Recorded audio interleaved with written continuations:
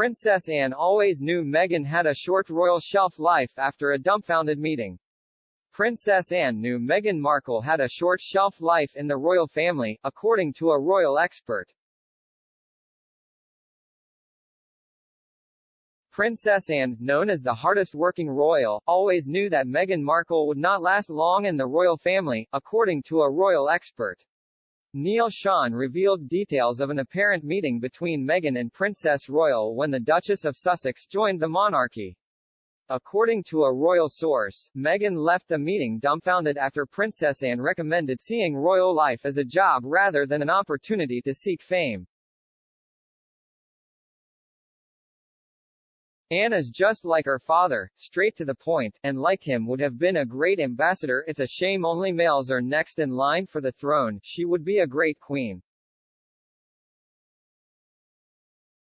I think most people had memes summed up. To be honest, when Harry brought them here she looked a bit scruffy, with too much makeup, hair extensions, terrible clothes, and those spike high heels she wore all through her bump that changed shape and size and went one way when she walked the other, always had her hands on it and bent down with it, and those spikes, I swear she sleeps in them. With Harry's money tree she has been cleaned up. Harry, what have you done, you fool?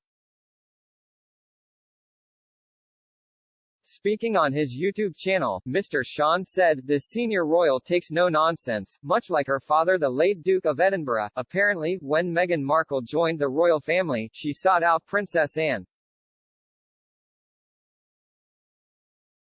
According to a very good source, Princess Anne gave very sage advice to the new royal.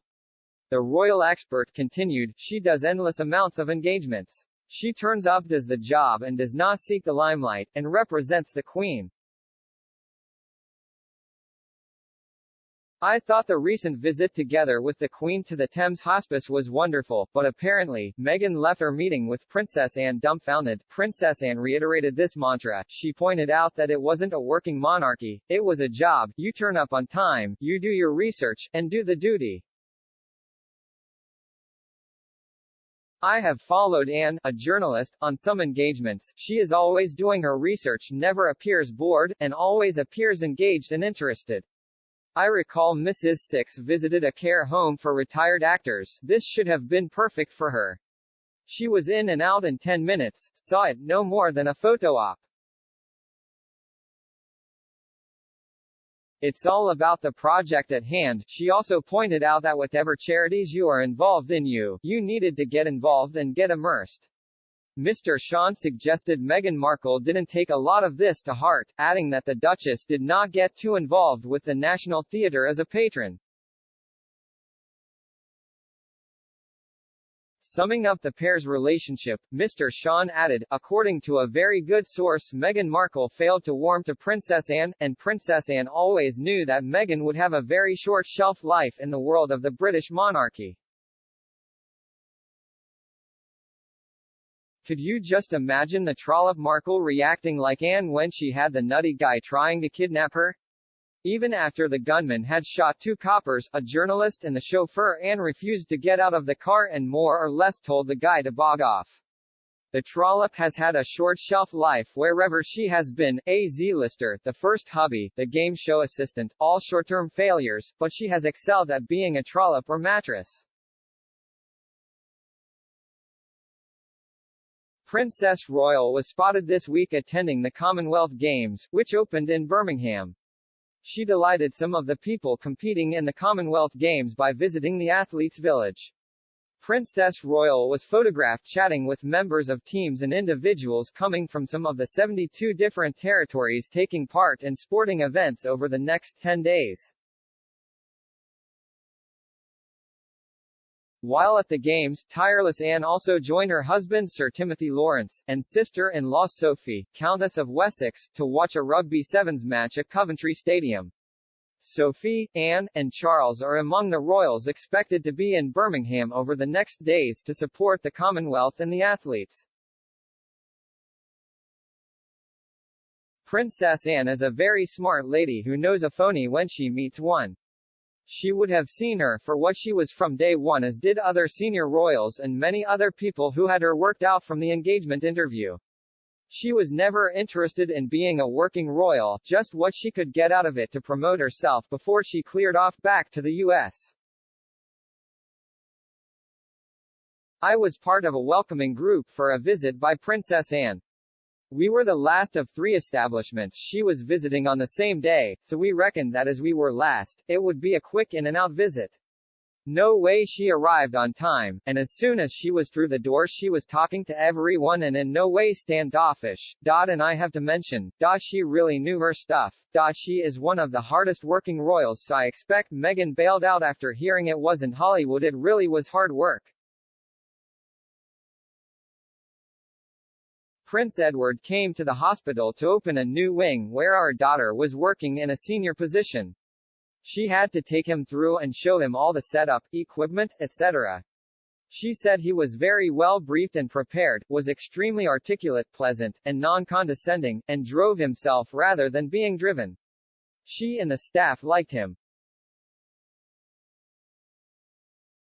So Meghan left the meeting dumbfounded after Princess Anne recommended seeing royal life as a job rather than an opportunity to seek fame. Well, that put her in place. I suppose she went back to Harry weeping on his shoulders. Good for Anne.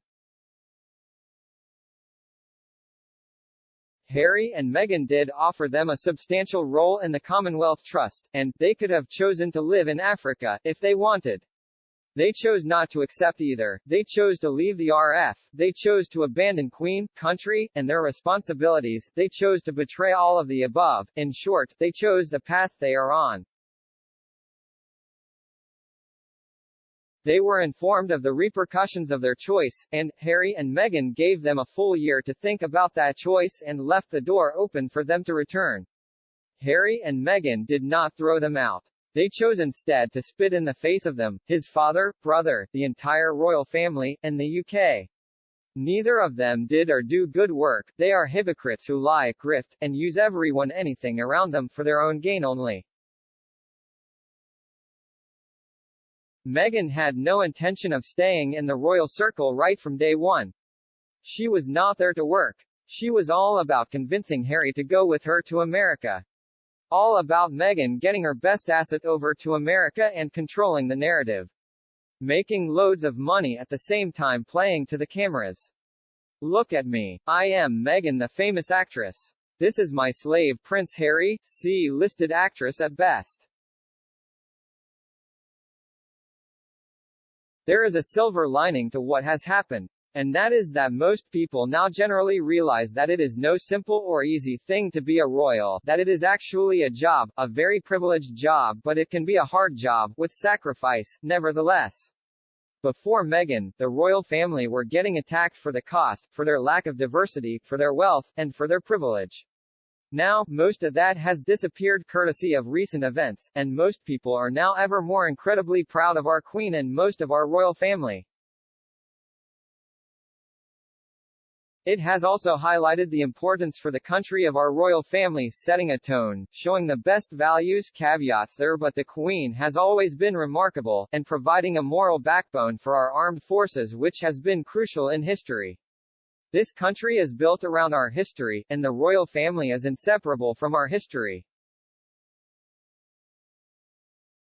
Anyway, the whole Meghan saga is woeful. Meghan and Anne could not be more different. One has her feet on the ground and works every day to support this country, the other thinks her head is in the stars and schemes every day to support herself.